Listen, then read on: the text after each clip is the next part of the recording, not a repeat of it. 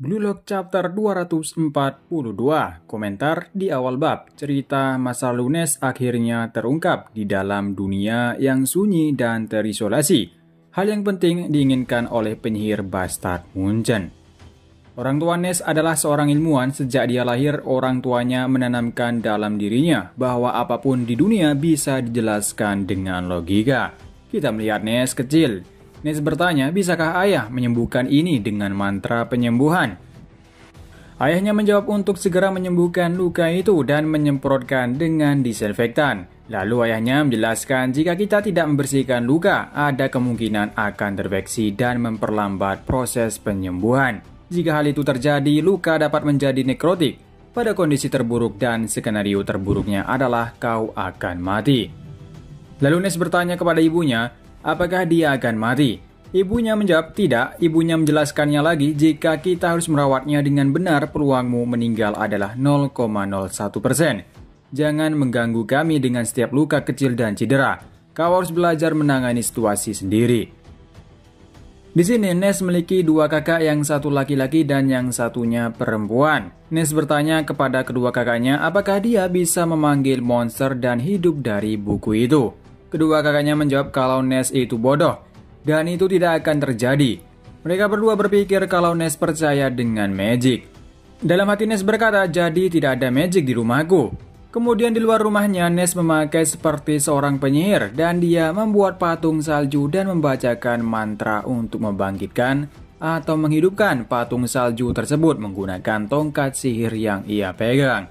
Lalu kedua kakaknya datang memarahi tindakan Ness. Mereka mematahkan tongkat sihir dan menghancurkan patung saljunya. Kemudian mereka berdua melaporkan kepada orang tuanya apa yang dilakukan Ness. Orang tuanya hanya menjelaskan kepada Ness kalau mereka adalah seorang ilmuwan yang secara otomatis tidak percaya dengan namanya magic. Apapun itu mereka akan jelaskan dengan logika atau ilmiah. Ayahnya memperjelas orang-orang yang dengan bodohnya percaya pada hal-hal yang seperti itu tidak bisa ditinggal di rumah ini. Ness menangis dengan keras berkata, kau menolak magic karena kau tidak bisa dijelaskan secara ilmiah. Bahkan kalian tidak bisa memahami kesedihan dalam hatiku. Aku sangat percaya bahwa keajaiban itu ada. Ketika aku pertama kali membaca buku itu, aku sangat bersemangat. Aku tidak tidur hampir tiap malam. Tidak ada yang bisa kau jelaskan apa yang aku rasakan pada saat itu. Di sini kita melihat perjuangan atau petualangan Ness dimulai. Dia menemukan hal-hal baru di luar, bahkan dia mencuri makanan untuk menghilangkan rasa lapar. Sampai ketika Ness masuk ke dalam stadion dan dia melihat pemandangan yang luar biasa, membuat dia merasakan sesuatu yang berbeda. Dalam hati Ness berkata, sepak bola ini adalah magic yang sebenarnya. Dengan gol tersebut, tunggal dari pemain dapat menghidupkan semua orang, membuat stadion menjadi heboh, memberikan rasa euforia yang melampaui semua logika. Aku telah menemukan mereka, pemain sepak bola adalah penyihir. Dengan begini Ness telah menemukan tujuannya, dia mulai berlatih dengan keras. Dalam hatinya mengatakan, aku akan tunjukkan kepada mereka. Aku akan menjadi pemain profesional dan mendapatkan panggilan dari tim nasional.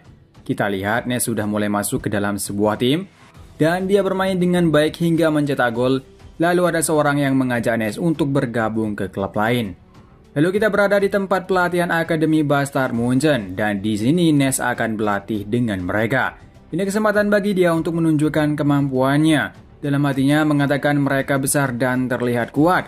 Aku akan tunjukkan jika aku menunjukkan hasil dalam pertandingan latihan internal ini. Peluangku untuk mendapatkan kontrak profesional dengan Bastard Munchen, klub terkuat di Jerman, akan meningkat. Pertandingan dimulai.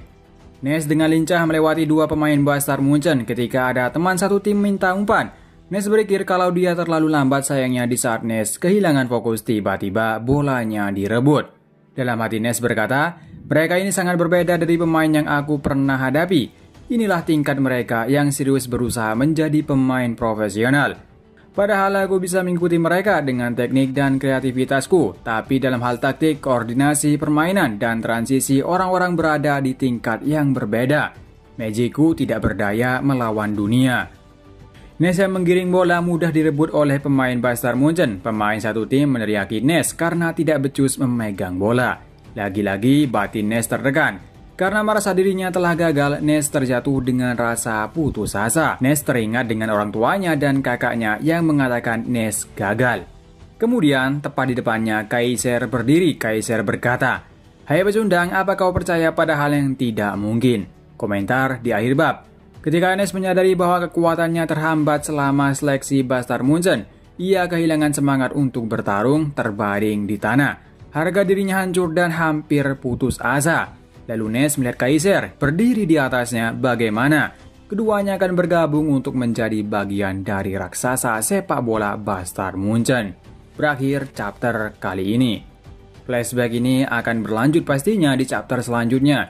Kita akan lihat bagaimana awal mula mereka berdua menjadi pemain inti Bastard Munchen yang diandalkan. Dan sampai di sini dulu untuk review manga Blue Lock chapter 242 dan sampai ketemu lagi di review manga-manga lainnya. Dan tak lupa terima kasih yang udah nonton video ini dan sampai jumpa.